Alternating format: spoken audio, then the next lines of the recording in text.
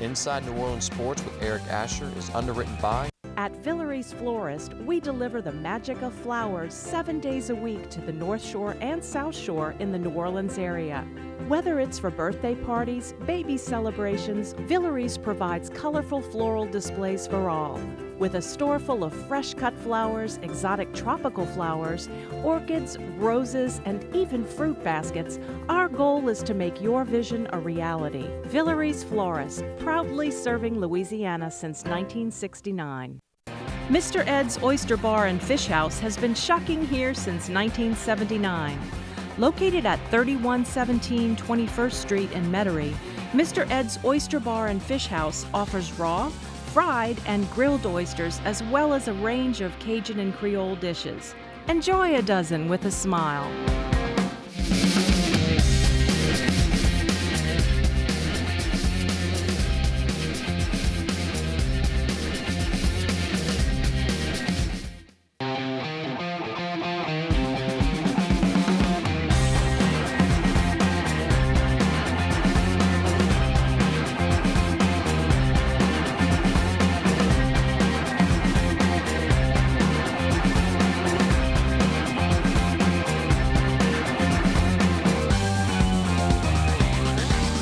Good evening, New Orleans, and welcome to another edition of Inside New Orleans Sports, our last edition of 2018. And of course, we have a great set of guests for you as always.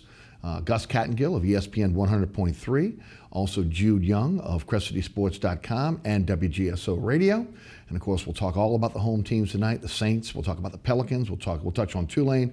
We'll also talk about LSU heading out to the Fiesta Bowl. Guys, welcome to the show. Thanks so much for being with us as always. Always like to let folks know a little bit about what you guys are involved in. We'll take you first, Jude. Welcome back to the show. Great to be here always, Eric. And CrescentCitySports.com is my main gig, and we encourage you to follow us on Twitter and Facebook, and of course at the website, bookmark it, and see what we have to say every single day about local pro, college, and especially high school sports, which we cover with a great passion at CrescentCitySports.com. I'm also busy as a voice of the UNO Privateers, men's basketball team under head coach Mark Schlesinger, as we enter conference play coming up in a week's time or so. And I also host a radio show, part of our sports block with Ken Trahan, my partner at Crescent City Sports, on 990 AM WGSO, the 6 o'clock hour each and every weeknight. Gus, welcome back. Good to see you again. Tell the folks about everything you're involved in. Of course, you're involved in a lot as well. Yeah, not as much as Jude over here. I don't know how you get all that done. Every single day, weekdays on ESPN New Orleans, 12 to 3, do the show, trying to keep my sanity, especially when it comes to the Pelicans. Just before the show started, we had to do that. So, in a heavy debate. Exactly, we're having fun. It'll be coming in this second segment. So yeah, it's fun, obviously, getting a chance to talk and hear what everyone has to say. Did Arkansas game day during the football season for CST, so I had a chance to see a team in the SEC not win a game in conference play. That was fun trying to get that. And then, of course, obviously with Tulane, football and women's basketball, the voice of them. So yeah, and welcome back, guys. Always good to have you.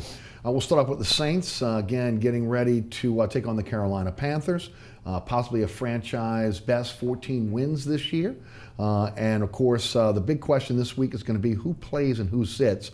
And I want to preface that by letting the audience know, in case you have not been reading about this, Drew Brees is 8 yards shy of 4,000 yards passing.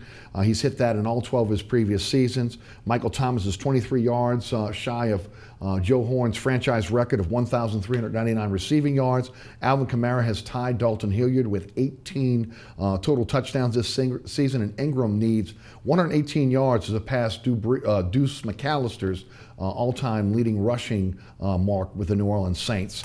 Guys, a big question for Sean Payton this week, which he refused to answer, and rightly so. I get it. We know what's going to happen here, but the Saints are going to have to figure out who they're going to play, who they're going to sit, how much these individual accolades are going to play into this, and then of course they are kind of tied a bit because, as the narrative has been for the last 2 weeks, 46 players available on game day. The expansion of the rosters for safety purposes, which I totally agree with Sean Payton. I don't even know why, again, they don't have all 53 available on game day anyway, which is kind of ridiculous at this point. But, you know, a lot of moving parts here for the Saints now. What do you think happens on Sunday? Well, I know we're going to see something akin to a preseason game for a large majority of it. That's a given. We already saw a couple of moves this week with offensive linemen who have been on the roster and at least know enough of the system to come in and help supplement what they need up front to fill those snaps against Carolina that don't mean anything, and you have linemen that need a great deal of rest. We know Teron Armstead is out again with the pec injury. I don't know if we're going to see him back even for the playoffs, which is a tough loss if true. Andrus Peat can move around, but he gets banged up, and he's had his issues with injuries over the years, and you want to protect everybody else. Max Unger had a concussion recently, so I'm sure there'll be a lot of mixing and matching along the offensive line, which means we won't see Drew Brees very long, if at all. We might see him out there to throw that one pass and get those 8 yards, but beyond that, why would you risk it? So it's really easy. Sean Payton doesn't want to come out and say these things because I think the game week prep is more important than playing the game. That concept of rust that you hear a lot about, I think you're going to see that avoided with New Orleans this way until the inactives are announced, and then you see how the game plays out, just like the only other NFC team that has nothing to play for preparing for the playoffs, Dallas. They're going to do something similar where they're going to look like, and their owner's saying they're going to play the game seriously, but they probably won't once it comes up because, again, it doesn't mean anything. The playoffs mean everything, and I hope folks just have a good time that have their tickets and go to the game because you're going to be entertained. And the Saints may win because we know Carolina is having their issues and going with a third-string quarterback, but it's not going to be like a regular season game in any way, shape, or form, nor should it be. And that's the Saints' reward, to be able to get healthy over 3 full weeks of saving their best players from when it really counts. Your take, Gus. Yeah, 100%. I mean, look, I'd take it even further. On our show on Thursday, we had Eric Alexander, national champ, Super Bowl champ of the Patriots and the Tigers. I told him flat out, I don't even want him warming up Drew Brees. Really? Go sit in the suite with Gail Benson, take pictures with some of the top sponsors and people there. Who's naming the dome next? We know Mercedes cut. Go sit in the game and watch it with Drew Brees. Go take pictures, you know, with security escort. Arm's distance, no one around him. I don't need a wayward football or a misstep during warm-ups. I mean, maybe call me the master of panic on this, but this is simple. You're talking about 8 yards. I don't care. I mean, you're talking about the rookies. The records. Great. Do you want a Super Bowl? Because to me, it's night and day what he just said about the health of the offensive line. Every single member, all 5 members on the offensive line is injured. Yes. Some way, shape, or form. That's right. And if you look at the roster moves they made this week, they're calling up people that you're going to have to look up in the roster and see who they're playing when they start the game. If that's the case, number 9 needs nowhere near that. I don't care if it's an 8-yard pass with max protection. I don't need it to happen. I still got Julius Peppers, other guys. And more importantly, you got a Carolina team, Eric, that could care less, has nothing to play for. Rivera's trying to coach for his job. They can't stand the Saints. They love them nothing more than – I just don't need that. I don't need Thomas coming across the middle, getting helmet to helmet. I need none of that. So you can only sit so many like you're talking about with 46. It's the Teddy Bowl. I mean, it's ridiculous. Why risk 8 yards or a pass? Can he do it? Sure. I mean, you can do it. So you would sit Kamara, you would sit Thomas, you would sit Brees at this point. Absolutely. You got to have another running back. No, so Ingram that Washington guy, right? Exactly. Yeah, right. That's what I'm talking about. I give him 40 carries. Here's the thing. Kamara hasn't looked the same, okay? And from what I gather and from what I've heard from some folks, he's dealing with something. Right. And there's no need to put him in there. You know, whatever he's dealing with, I don't need it hit, right? And Michael Thomas is incredibly too valuable. I mean, the loss of him with that offensive line is ridiculous, right? Double-digit catches in that game against the Steelers. I don't risk it. You gain nothing. You gain nothing. So what? So somebody can look into the back of the media guide, or somebody during a broadcast can say, hey, he has the most yards. I don't think it's that valuable because you can win the whole thing. There is, again, and we don't know this, but what if there are incentives that are tied to these? Yeah, fantastic. That's important. It is important. No, it is to them. It is to those players. It is important to those players. Well, and it's important to the locker room as well. And I'm sure that's what's been weighed here. I know Drew Brees, when it comes down to the records, it means something to him. It's part of the big list of things that motivate him to be the player. Plus, he's in an MVP race as well. Exactly right, but I don't think he's going to have a chance to play enough to help in that respect. But that 4,000-yard barrier, that looks good. It's important to him. And again, you can play it very preseason style and give them a series. You script 10 plays. You may not even run that many. You take him out to a standing ovation, and you give Teddy Bridgewater some valuable snaps to be able to be ready in case he's needed. That's what's going to happen. But you may not see Kamara at all. I think that's the guy that shouldn't play. It may be hard to convince Mike Thomas about those 23 yards that he should sit out and he's too valuable. Again, you can script a few plays. As soon as you get where you need to go, you pull those guys out. I know what would be best, which is none of them play. But 46 are active on Sunday. They've already made a couple moves to get the extra linemen available. People are going to be active. They might as well see a few snaps. Quick and dirty, get them out of there. Yeah. What about Ted Ginn Jr.? I think he needs to play. Agreed. He needs to knock some rust off, guys. Sure, it makes a lot of sense to give him the opportunity to continue to run routes and be able to see how he can do as far as enduring over the course of a game. Now, it was really promising results against Pittsburgh. It looked like nothing had happened to him. He looked as good as he did last year because he really didn't look very good this year in the first few games before he got hurt. He ran great routes. He was pushing DBs back, able to come back to the football. That's what he provides. It opened up the whole field. Those intermediate routes were suddenly easier for Mike Thomas to have space to work with. So he's very much close to where he needs to be, if not all the way. But a few snaps wouldn't hurt him either. Again, I don't know if I'd have much more than maybe play him a quarter or so because he's too valuable. He's almost as irreplaceable as Mike Thomas because the speed he brings, the threat he provides, nobody else on the roster comes close. I think this is also a chance to get Traquan Smith back into it, into the fold, and also Keith Kirkwood. You're going to need those guys. So, you know what? It's a great chance. I mean, Teddy's got to throw to somebody. Right. But this is a good opportunity for them just to get a couple of catches in their hands, you know, just kind of get going again, kind of feel good, get popped and get all that because you're going to need that. And it's just crazy because I still think Traquan Smith can be the second best receiver on this squad. It's just, you can just see whether it's the rookie wall, whether it's the legs, it's the hands, the ball's going through his hand. He didn't do that at all for most of the season, much less camp. So it's just a good chance to sort of get that. I'm with you guys, but I have y'all's number. If Drew Brees gets sacked in this little series, it's coming. I'm just letting you know. No, I'm with you. Nobody wants him to get touched. I got it. But I doubt Drew Brees is going to play around either. He's not going to hold the ball for that extra fun. He's looking to get that 8 yards and say, you know, tip of the hat. I guess I just look at it, man. You could be facing Chicago. You could be facing Dallas. You could be facing Seattle. Look, I'm with you. I don't think he gets injured or hurt or anything of that nature. I mean, we've seen him play in games and in preseasons, and that doesn't happen.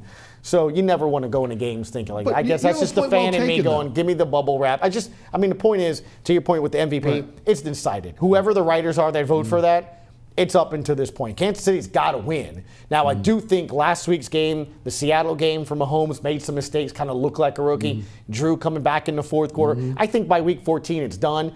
I don't think he's going to get penalized if he doesn't. Now, the Chiefs lose, too, and New Orleans win. I mean, they would have the top seed, so I think the MVP thing is I don't think he gets penalized, but I think when again, look, they're looking at stats. They're looking at stats, and they see the 4,000 yards up there. I think that helps his cause a little bit. They're also looking at what Mahomes had to do to carry this team down the stretch. The Kareem Hunt deal. You lose your Pro Bowl running back, and they've had to fill in different guys, Spencer Ware amongst them, injuries beyond that, and their defense has been terrible. The Saints have one of the top defenses in football. Agreed. I hate to say it. Sure, Drew Brees should have won one by now, but this isn't the year. It's going to be Pat Mahomes. I don't think what happens on Sunday is going to matter. Kansas City is where they are because of Pat Mahomes, and even more so than where the Saints are this year because of Drew Brees, and that's saying a lot. That's just how good Mahomes has been, and I was really critical of him. I think he's lost some big games because of mistakes, but he's also put a lot of points on the board, kept them in games against the Rams, gave them a shot. It's not too often you have a shot to win when you give up 54 points. Six touchdowns. Right, but he's a playmaker, and he's also young, and he's making mistakes, but he is the Kansas City Chiefs. Guys, and I want to go through some stats real quick that I think everybody's seen over the last few days.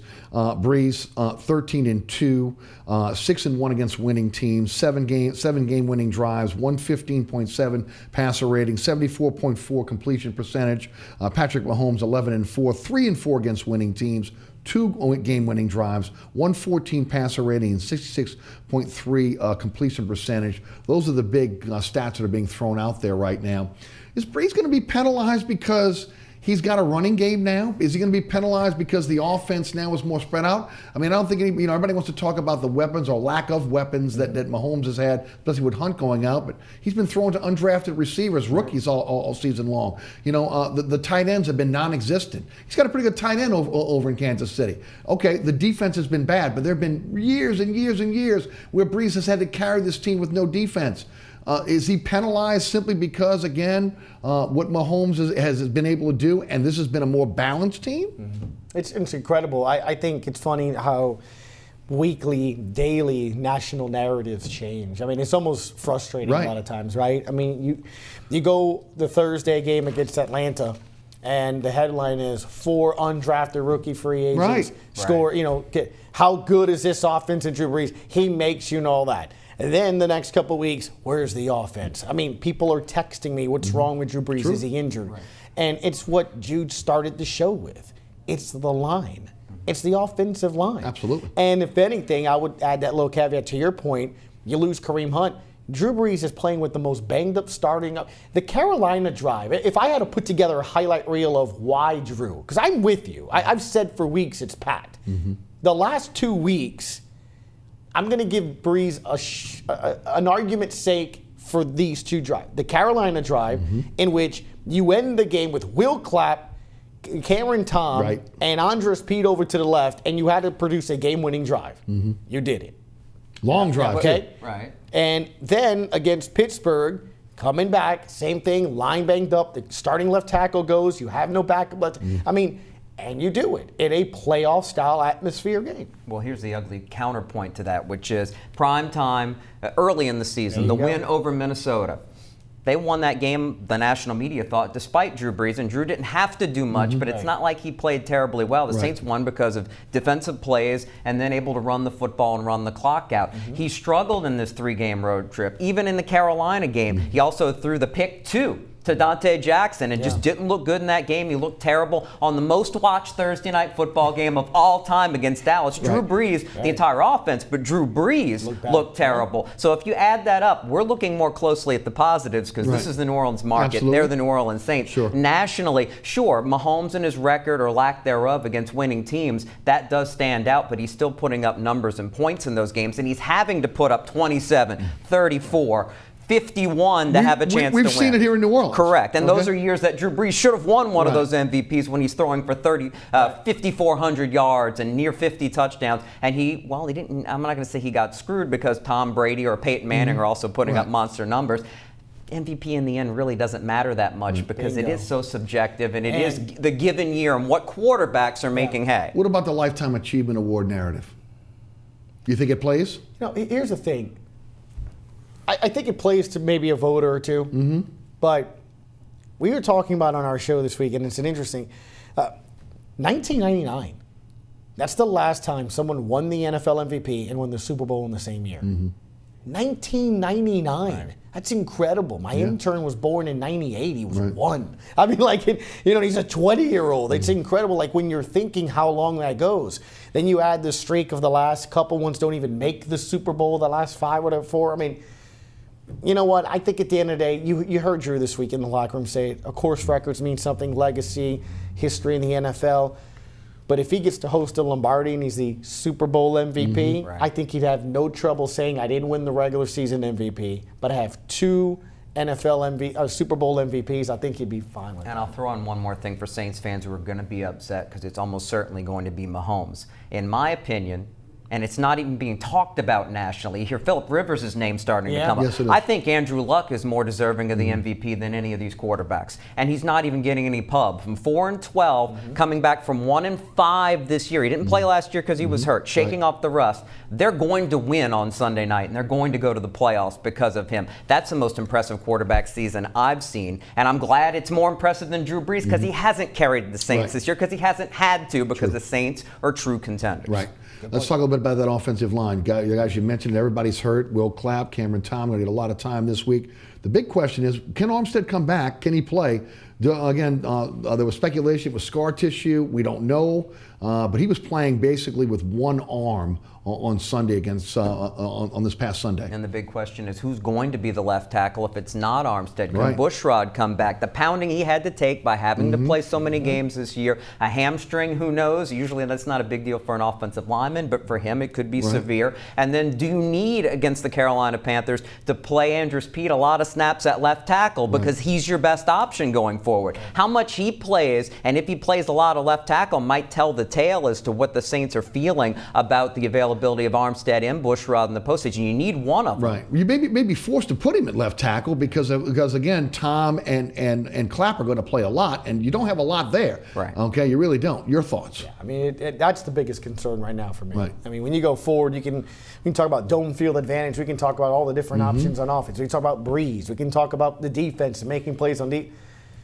That's scary. I mean, you're in the last week of the season, and you look at the injury reports from Thursday and Friday, and it's just, those are your starting offense. The break is going to be good. And you might see the Cowboys, or you might even see the Vikings defense, one of those two defenses right out the chute. I mean, I know people are talking about Seattle. Their defense isn't that good, but one of those other two could be the first you see. And you could see Chicago if you're lucky enough to play for the NFC And quite honestly, Championship. using these guys that you're going to against Carolina, it's probably valuable for them to get some game experience and get some tape, get some film, and get in because, man, you don't know. What if in that divisional round, one of your starters that was doing fine gets nicked up, and at least they just played 2 weeks ago and have some game experience. Gus, the biggest turnaround has been the play of the defense. Yeah. All three levels of the defense playing very, very well.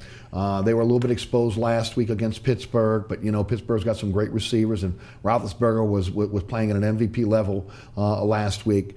Talk a bit about, again, how this defense has really carried this team over the last month. Opportunistic. Yeah. Opportunistic on the defensive play, on the defensive end. They haven't been extremely dominant in that secondary. They've improved, right? I mean, I want to say just weeks ago, we're all sitting there, you're probably writing or talking about it on your show. I mean, they had to go make a move for Eli Apple because that secondary couldn't stop anybody. And he's progressed, right? You've seen P.J. Williams progress and play better. Finally started to see Marcus Williams make a play or two, so that's good. Look, I felt for Lattimore. AB put on a clinic. I mean, Antonio Brown showed why he's the best receiver in the NFL. Absolutely. He did. And to your point, Roethlisberger, I mean, that was a team that was desperate. That was a playoff game. I think that was a great game for the Saints towards the end here. You got tested. And if anything, it told me, facing that with that defense, this is what you're going to need to beat the Saints this postseason. You're going to have to play your best, okay? Your stars are going to have to light it up and play great.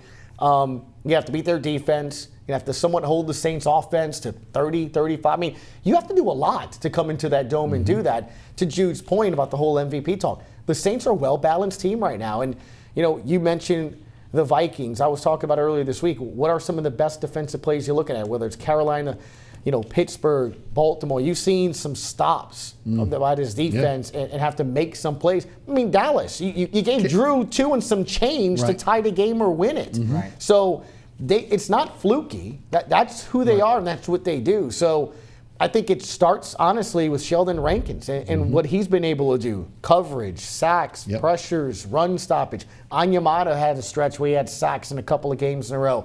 To me, Demario Davis, which is why I said, what has he been able to bring to this defense and be able to do that? So I think there's a lot of moving pieces in this defense why they've done well, but it's not just one. You can't just say, well, stop this guy. They're playing well collectively. It's the most complete starting lineup from front to back the Saints have ever had on defense. You mentioned so many names. Going back to the Dome Patrol? From front to back on defense, because I really do think that they're more complete in the secondary with their starting four and the way P.J. Williams has come on. He's no longer a constant liability in the slot. I think that interception and that big play, forcing the fumble in that game against the Vikings was huge for him. And it's all about confidence. Eli Apple has regained his confidence here. He'll get picked on at times because they'd rather throw at him than Lattimore most of the time. But you look at what Von Bell has done.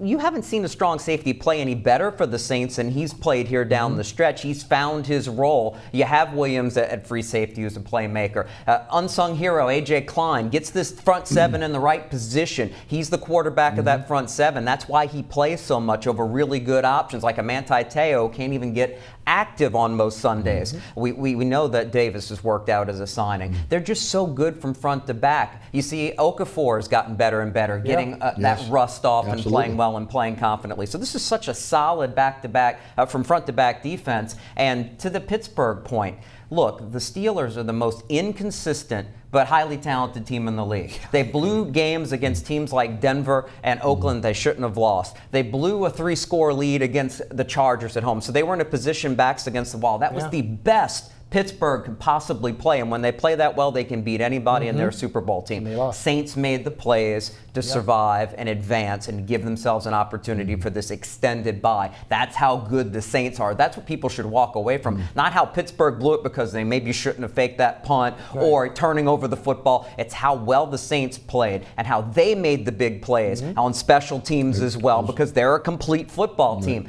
That says more about the Saints than about the best of the Steelers. It says the Saints are ready for any challenge. If they're healthy, they can and will beat anybody in the They can win ugly, they can win fantastic, you know, in fun-looking manner and things of that nature. But I think, you know, the other thing that stands out to me is when you take a look at what this team was able to do throughout, whether it's injuries, whether it's how the game goes, it's just be able to finish. And that's something, I mean, they have a chance if they win, right? 7-1, 7-1.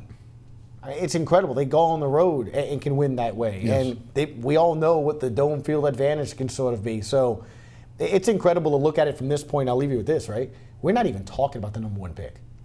Or the first round pick of them for Marcus Davenport. Not even talking about it. Is it contributing? Is he not even talking about it, right? And a couple of weeks ago, I saw some people put some video of him taking on 3 Buccaneer players and stopping a run. But that's the point. To his point, the defense is so good, we're not even talking about the first round draft pick. All right, guys, we know about dome field advantage. I think everybody understands, again, well, you know, how well the Saints play at home, what the crowd does, the educated Saints fans that are there, that, again, loud on defense, hear a pin drop on offense.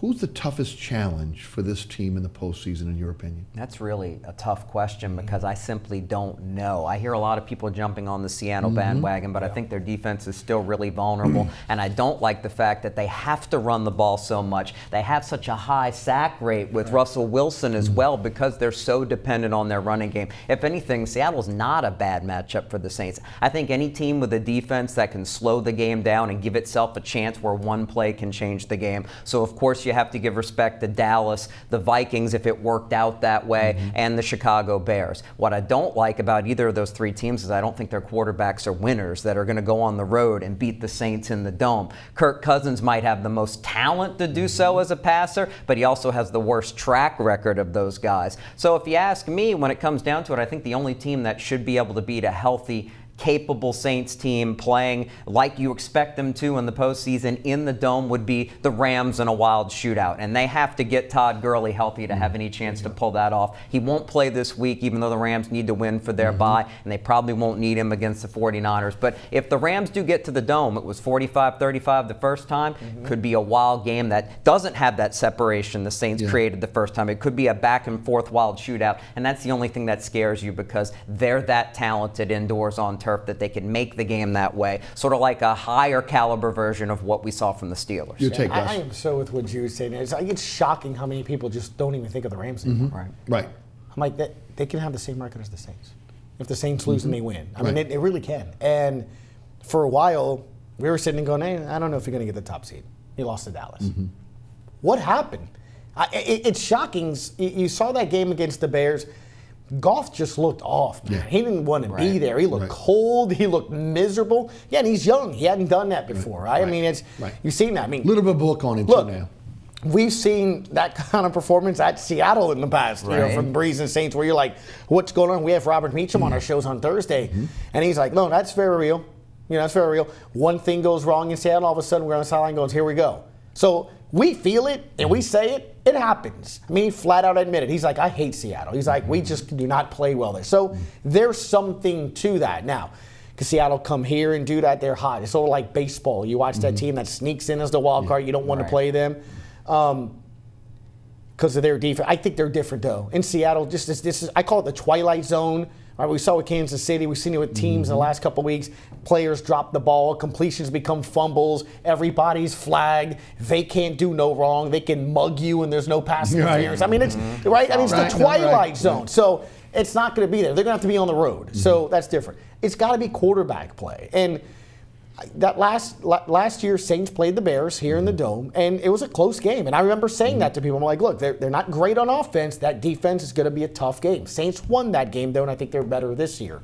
I wholeheartedly believe what we saw in Dallas, that's just one of those, man, you put that game plan in the shredder. It was a bad game plan. It was a bad game plan, and they didn't match the level that Dallas came out to. Right, no doubt. So, look, we've seen this team in the past, in 09, 11, 13, those playoff seasons, even this year, play good defenses.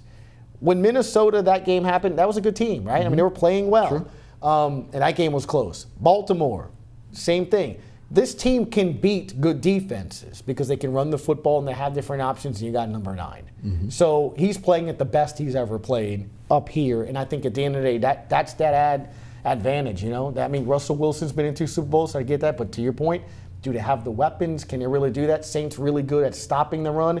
If that's all you got, I mean, we saw them win games against the Vikings and the Chiefs, but they didn't really put up a lot of points. So you fear no one? I wouldn't say that. I didn't say I fear no one. Respect, right? Though you respect pretty much any if team in the the Saints NFC. are healthy, they have a defense. They can rush the passer. They can stop the run. They can make plays and create turnovers on offense. They can run the football. You do have some options, and if Ginn comes back, that gives you another option. Right. And you got 13 who can always catch whenever you want. If 41 is somewhat healthy, he can take a regular toss play and go for 25 yards for a touchdown. And if Drew Brees plays like he's capable and makes the right decisions, and you get 10, 11, 12 play drives and shorten the game, and that defense gives you the ball, limits you to 3, or gets him the punt, and they put up points like they did against the Rams, they're going to be tough to beat. I mean, the possibilities are there. But, yeah, I mean, the defensive teams worry you. But if I had to pick a team, Mark Ingram fumbled. They went for a punt. They went for a fake punt. They take a field goal there, they're in the lead, because that was a tennis match. It's whoever had the ball. So that's what I'm getting at. Right. And they have a problem with the Rams, and that's Sean McVay. He's too much like Mike Martz. But if they decided, if they had a healthy Gurley, that if they get a lead, they're going to feed Gurley, and they're going to play it smart, they can beat you. They have the most talent. Aaron Donald almost made a couple big plays. There were almost plays in that game. He's capable of making game-changing plays. The biggest mistake I think McVay made was not sticking with Gurley in that game. Sure. I agree. And to me, same in Chicago in that game when they were close. To me, the team that scares me the most, though, is the Bears, because the ability to rush the passer, the ability to affect the quarterback. And again, if you can get Brees in a situation where he doesn't have a chance to go through his progressions, where he's constantly, again, having to try to move out of the pocket, cutting off one side of the field, it hurts the offense. Other than that, I think they can win a shootout with the Rams. The Bears scare me just a bit. We'll take a break. We come back. Gus Kattengell from ESPN 100.3. Also Jude Young from WGSO Radio and CrestCitySports.com are our guests. We'll jump into Pelicans. We'll talk some LSU and also Tulane. Stick around here. Hear a couple messages from our underwriters. We'll be right back.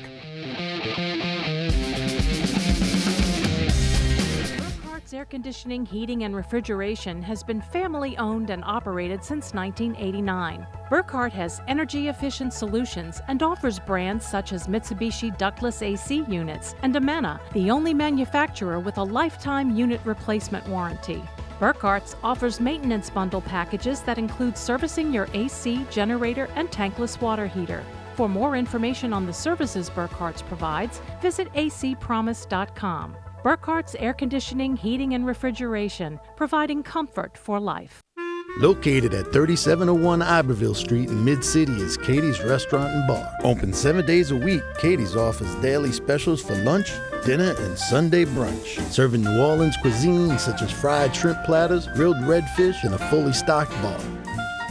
And don't forget about our expanded event seating and local entertainment. Featured on the Best of Food Network's diners, drive-ins, and dives, Katie's Restaurant and Bar. Welcome back to Inside New Orleans Sports. Tonight, Jude Young of CrestCitySports.com and Gus Kattengell of ESPN 100.3 are our guests. Guys, Pelicans 15-20. They're losers of 5 in a row. They're 5-12 over their last 17 games. And, of course, the narrative right now is Anthony Davis to everywhere but New Orleans. We had a lively debate before the show on again, where this lies. I, again, have talked about it this week on my program. It's multi-layers here. Number one, they've had 7 years plus to be able to put a championship type team around Anthony Davis, and Dell Demps has failed. It's not all on Dell Demps, it's also on Gail and Tom Benson. The narrative out there now with the national media has been something we've talked about, all of us have talked about on our shows. This team being, again, the stepchild to the New Orleans Saints. If they would have treated Anthony Davis like they treated Drew Brees, we wouldn't be having this issue right now, because, again, they would have done everything they could to be able to put a championship team around Anthony Davis.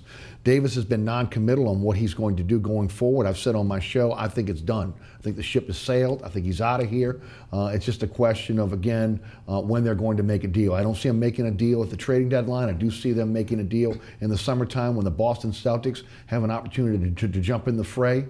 This is going to be a franchise-defining deal going forward, because you cannot walk away with the pennies like you walked away with Chris Paul. You can't walk away like what you walked away with Baron Davis. You have to walk away with a team that can continue to contend, and a team that gives at least the fan base hope that they've lost a generational player, but they still have a chance to be able to, again, at least stay relevant within the NBA. Guys, a lot of different layers to this. Gus, I'm going to go to you first on this. Give me your thoughts, because you and I were kind of going at it before the show. You know, again, I think that this is on the organization more than it's on Anthony Davis. It's frustrating, you know, and so we'll start with the organization and get into Anthony Davis, because I think up until this year, I would 100% agree with you on that, okay? You've shortchanged yourself. I don't know how else to describe that. You know, without getting into long details, since we're short on time because we could do this for an hour, it's real simple. As he mentioned, if you treated him like Drew Brees, you would run it differently. I almost say, what would Sean do, right? What happened when you went 7-9 one year? You purged the locker room, you didn't like how it goes. Second year after 7-9, you brought in different management, you got rid of your scouting department, you changed you took a look at how you did things from another perspective. Jeff Ireland, and then did that. The Pels have done none of that, okay? You cannot have football people making basketball decisions. You wouldn't have basketball people making Saints decisions, would you? Would you want Alvin Gentry game planning for the playoff? No, you wouldn't do that. You want to ask him, what do you think that's not what you do. That's what they do on Airline Drive. From ticketing to marketing to they share the same people. Now, it's not to say you can't do it. No, you market it differently. The people that watch and follow the NBA use it completely different. The NBA is the #1 social media sport in America. It's not the NFL, right? Their players on Instagram in the NBA have more followers than any NFL player. They're marketed different, right? How you target those people are different. So if you don't understand your business model, it's going to be tough for you to win. So to your point, like we were saying at the beginning of the show, no, you haven't made very good moves. It happens, right? The Saints did Brandon Brown. But what did they do? They got rid of it, and it didn't happen. The NBA, though, it's different. It's guaranteed contracts. So it's a little different. So is it coaching? Is it decisions made in the front office player? I mean, when Amir Ashik was signed, everyone was like, that's a great move. Didn't turn out to be well. So that happens. The problem is, it's like I use an analogy on our show. There isn't anybody else. You wouldn't treat your relationship the way you're treating this with generational players or today's NBA megastars. Imagine coming home and Mrs. K goes, you know, I didn't care for the dinner. I was like, that's cool, it's good. You know what? So and so. Bet you her dinner wouldn't be like that. How do you think that would go? What if I compared an ex-girlfriend every single time to something she wore, did, or said? Because that's what's happening right now every time the Pels lose. Every time the Pels lose, it affects how we cover this team, right?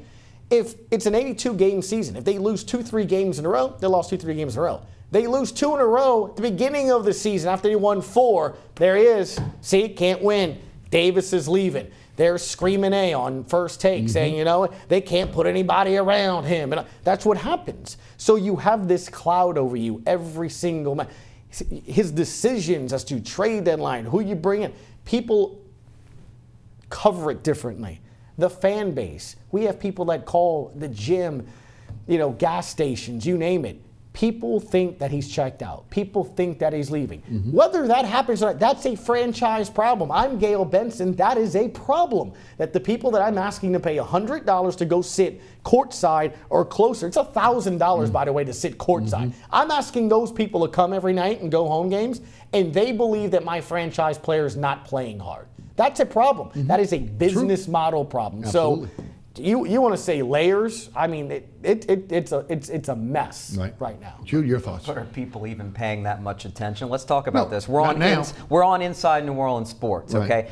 We're talking about the biggest story right now in the NBA. Yeah. Anthony Davis leaving New Orleans. Is he going to be a Laker? Is he going to be a Celtic? It's not the biggest story in New Orleans sports. And it'll never be. Right. We talked about the Saints for a half hour, and it will never be. But in the big picture, the reason why is it's never given itself a chance to be. A spike season every 6 or 7 years where they win a playoff series isn't going to cut it. So if you want to go back to organization versus blaming Anthony Davis has been pushed towards looking towards these greener pastures, not just financially, because he can sign a huge contract and just stay here and lose.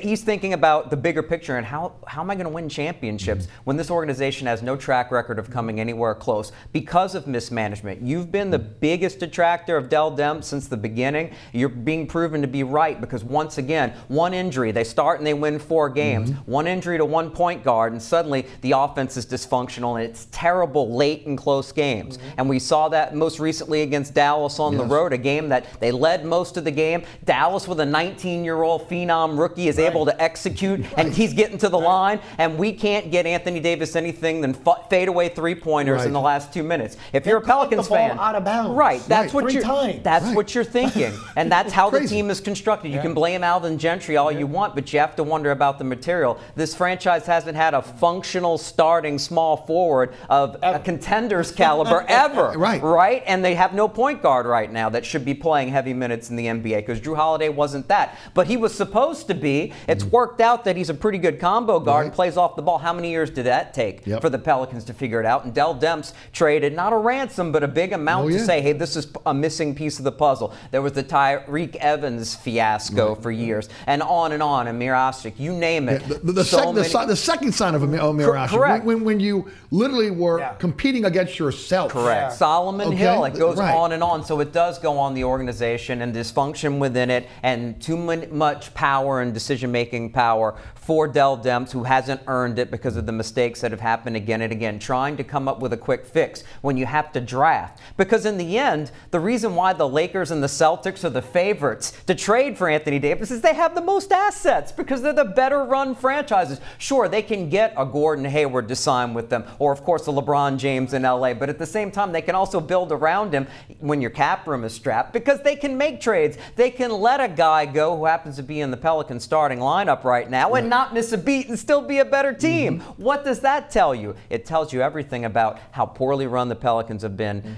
for years, and you can understand how the NBA works and the influences around Anthony Davis, who wants to win. I'm not saying that taking off quarters, taking off games that some people are accusing him of is okay, but at the same time, you can completely understand his frustration. He's been here, what, 7 years? Right, 7 years. 7 years. And again, as you mentioned, so once in a while, playoff team, for the most of the time, losing team. I mean, we get upset when there was 3 years and Drew Brees wasn't in the postseason. Right. That's a Hall of Fame player, and he watched the postseason for 3 years. And I remember on my show, so that's shameful. Like, get it done, get it. I mean, so we're wasting the last few years of Drew Brees. The window is closed. So what did they do though? That's the point. I would say they changed it. They did. took a look at themselves and changed it. That's what I've been saying more than anything this week. We're going to see articles throughout the season. It's going to happen. Where's the owner? Right. Do the old leak. Do the old, where you just text a reporter you might like or favor and just be like, hey, Gail says we're on board with the same train. I have belief, or you know what? I don't like this either. We're going to take a hard look at the end of the year. We want AD. I mean, say something. Or sooner. She can, behind the scenes, talk to AD and start making decisions. I think that they're going to make a move for who's going to make these huge decisions and trades and draft picks if you get them, if you keep them. But it should be somebody else. And why don't you bring that person in now so they can see what's going on before Dell Demps pulls a trigger on something between now and November? February trade deadline. He cannot be the guy that blows this thing up and tries to put it together again. Oh, no. He can't be the guy that mortgages the future at the trade deadline to try to bring another player in to try to entice Davis to stay when in essence maybe his mind is already made up. No, that ship has sailed. Right. Again, he should have been gone a long time ago, and they have stayed with the status quo, and that's why they are now. I agree with you. I've said the same thing on my show this week. The silence is deafening from Airline Drive from the ownership there to be able to say, hey, our generational player, our future Hall of Famer is ready to walk out the door, and nobody's saying anything. If this was the flip side and this was the Saints, people would be going bananas, out there about trying to make... And the end of the long case that it shouldn't be Dell Demps, think about bringing in Rajon Rondo, bringing in DeMarcus Cousins. You can talk about their personalities and maybe they're not winners and guys who should be leading organizations or not, but the way they left... That's on the GM. Yes. Because these are Kentucky guys that were supposed to make Kentucky guy Anthony Davis happy. And they were like rats off a ship after a winning season and angry about how they were treated on the way out. Right. So that's a lot. You're not even treating the assets you have properly when you need to be delicate. This is the NBA and the players have the most power of any sport. Totally agree. To the Rajon Rondo point. I made the point this week. Rajon Rondo came out, made a comment about, again, that he felt that that the Pelicans were not forthcoming with him in terms of the contract. Look, it's about a $2 million difference between what the Lakers offered and what the Pelicans offered. And look, I understand that $2 million is probably in Solomon Hill's pocket at the end of the day. But if you are a general manager and a coach and you realize what Rajon Rondo meant to your key players, Holiday and Davis, and at the end of the day, got them motivated, gave them again something they never had in their time here, true leadership, and you don't spend the extra $2 million when he says he wants to stay, that right there is a fireable offense to me. And look at where you are right now. You can't close out games. It almost looks like Gentry's right. Rondo could close out a game for you. If it was a situation where Peyton got hurt, you had a Rondo. Who do you have? You have Frazier. You pulled him off the scrap heap. No, this is an organizational problem. It starts at the top. And look, I've talked about this on my program. Gus, we were doing radio together back when Benson bought the Pelicans, and I remember it clear as day. Corey Johnson coming out on the air saying this is a bad deal. Again, the Swiss should get this team. Don't give Benson the team. It's a monopoly. It's not going to work. I was one of the ones that said no. He's got deep pockets. This team will never leave New Orleans. They're going to want to win a championship just like the Saints. And you know what? I was dead wrong. Corey Johnson was right on that because what has happened is, again, the Saints still #1, and the Pelicans are the stepchild. And you're going to keep a generational player knowing that, again, the emphasis is on the other franchise and not the franchise you play for? It's short-sighted, short-minded. No, it is. Because the NBA is more of a global game. And it could have been a lot bigger. And they could have made a lot more money. They could have gone and got a Chinese company to sponsor the arena or sponsor the jersey and made AD the unofficial Chinese. I mean, I'm being serious. Like in Europe and in China, the NBA, I mean, basketball is huge. We're talking, especially with New Orleans being a port, you could have done all kinds of different things you can. Right. But again, you have to have people in the building that even understand that. Right. Okay, because in their mind, they're like, the Saints in the NFL will always be king. Right. And they're completely blind to the fact that the NBA is more of a global game. Fact, period, end of story. I don't need to try to convince you. The numbers are the numbers, the stats are the stats, the stars are who they are. That's a fact, okay?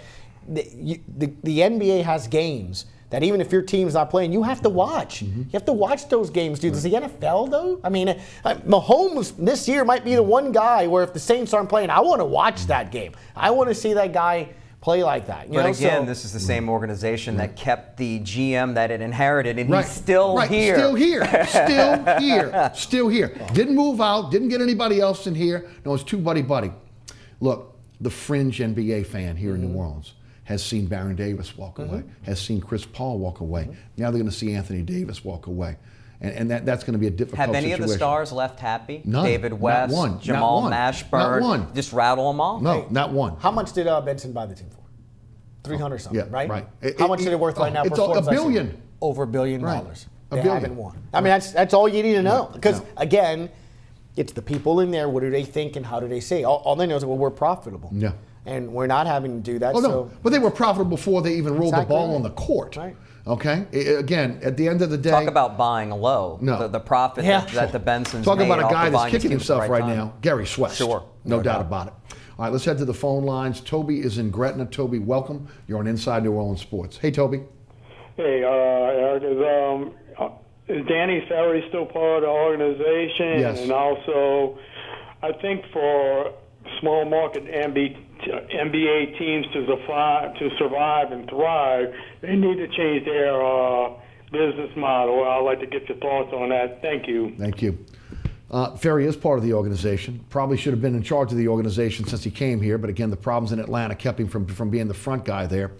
Guys, the NBA tried to give a business model that would Right. keep stars in small markets. But the small market excuse is lame. Look at the long-term success Right. of the San San Antonio Antonio Spurs. Spurs. Once they have a superstar, Right. they're really good and they're contending for titles. They were fortunate to win the lottery like New Orleans True. was, Right. but they're twice. But they're still really good. They're still better than the Pelicans right now, despite what they've gone through, because they're and well look what they run. do. They take players from Europe, they stash them in Europe for a couple, and then when they're ready to come over, they add them to the roster. And look, it's somebody, and that's an organization to keep an eye on too, because they just went through what the Pels may go through. Kawhi Leonard. It's their Right. best player. I mean, he's a top 5 Oh, yeah, player. no doubt. And he wanted out. Right. Felt disrespected because how they treated his injury. I mean, Popovich must have pulled his hair out. Sure.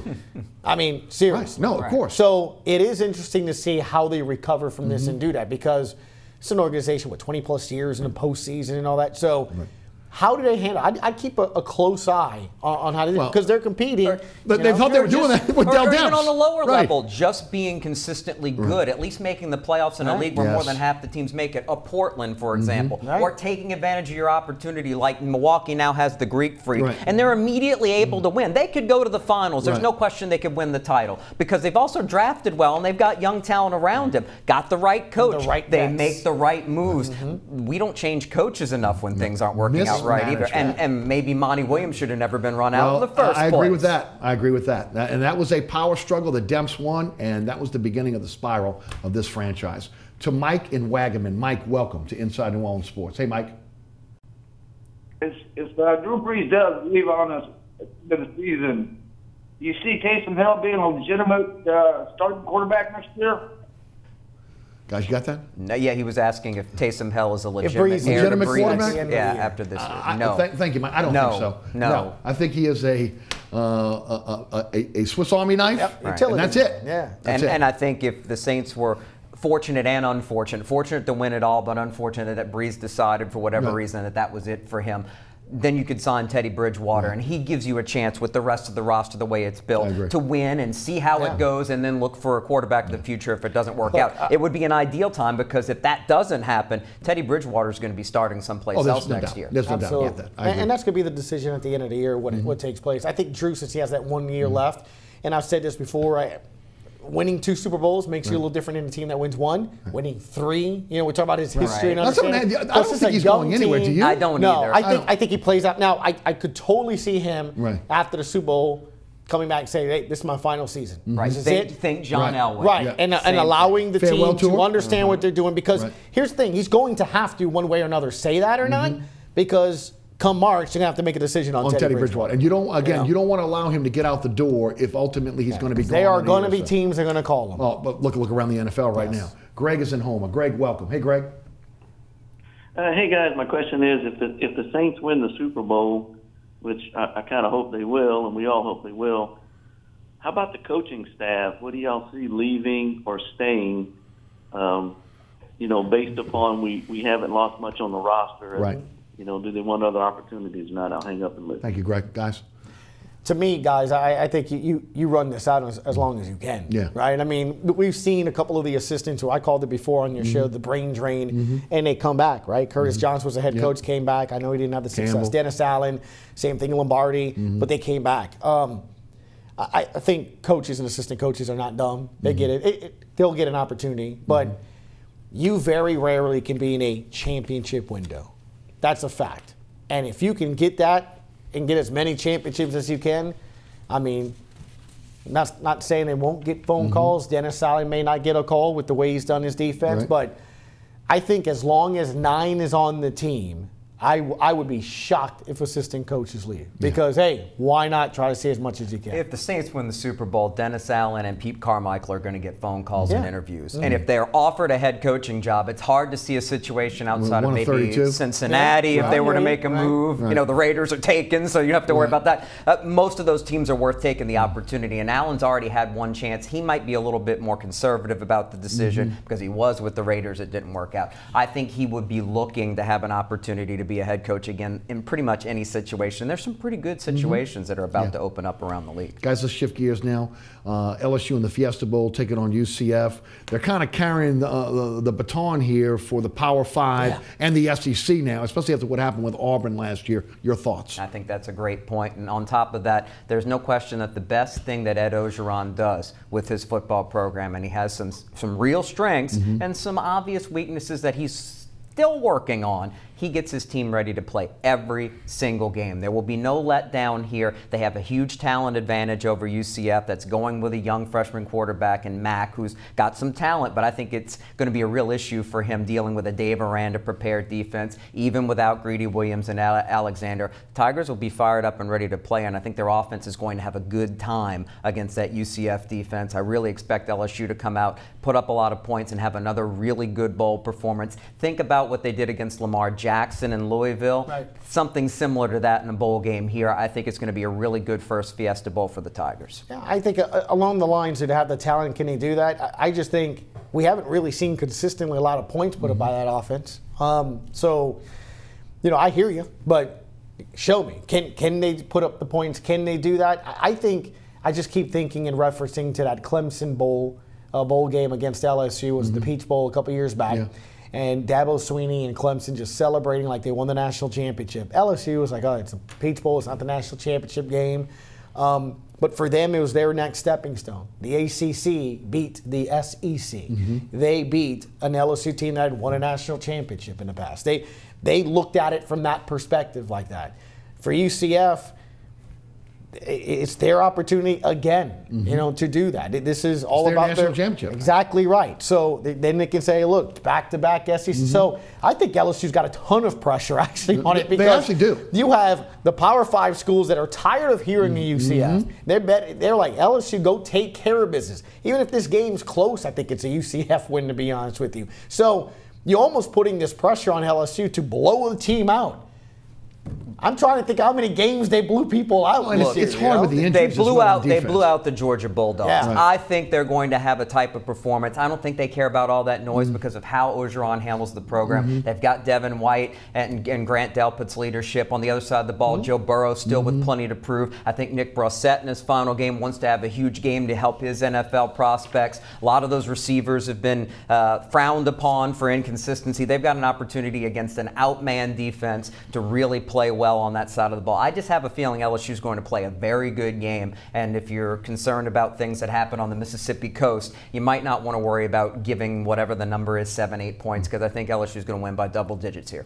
Your LSU win or lose? I think they win, Yeah, I think they win as well. I do think, again, that they're going to have to maybe overcome a little bit of adversity, especially, again, I think it'll be tight in the first quarter, first half, maybe even in the second quarter. Like, here's the thing that SEC teams have, and being a guy that covers the American, I mean, initially your starters, well, you've seen can match. How good are they? Look, again, the American is not a terrible conference, and that's what I was about to get into.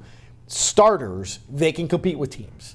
It's the depth. Once you get in the third and fourth quarter, your second strings, or if you suffer an injury, I mean, again, UCF, their starting quarterback, with them going, we're probably thinking this game is a little closer. Very different. Right? Exactly. Mackenzie Milton is a difference maker. Right. True. Exactly. So it's about depth, and you just don't have, you know, that all the way around. You don't have as many. I mean, LSU, to Jude's point, you have a half dozen players that can score touchdowns at any chance. American Conference and Power 6, they got a guy. UCF can't play from behind, so you always like the team that you know can still battle and give themselves I think it'll be a fun bowl game. I'm looking forward to it. Jude Young, CrescentCitySports.com, Gus Kattengell, ESPN 100.3. Thanks so much for being with us tonight on Inside New Orleans Sports. Thanks so much for tuning in. Remember, there's a rebroadcast of this program every Friday night right here on WLAE-TV. Also, 9 o'clock every Friday night statewide on Pelican Sports Television. You can catch me on the radio, Sports 1280, 101.1 FM HD2, and the iHeartRadio app. app. That is noon to 2 weekdays. You can listen live, download the podcast at ericasher.com. All the previous episodes of Inside New Orleans Sports can be seen at ericasher.com as well. Again, special thanks to our guests tonight, Gus Kattengell and Jude Young. Also, thanks to our underwriters that support this program. Please support those underwriters, as well as, again, our staff at WLAE. Ron Yeager, Jim Dotson, Richard King, Naila Jones, and my director, William Hill. Have a happy new year. We'll see you next year for another edition of Inside New Orleans Sports. Until then, my name is Eric Asher. Thanks for watching.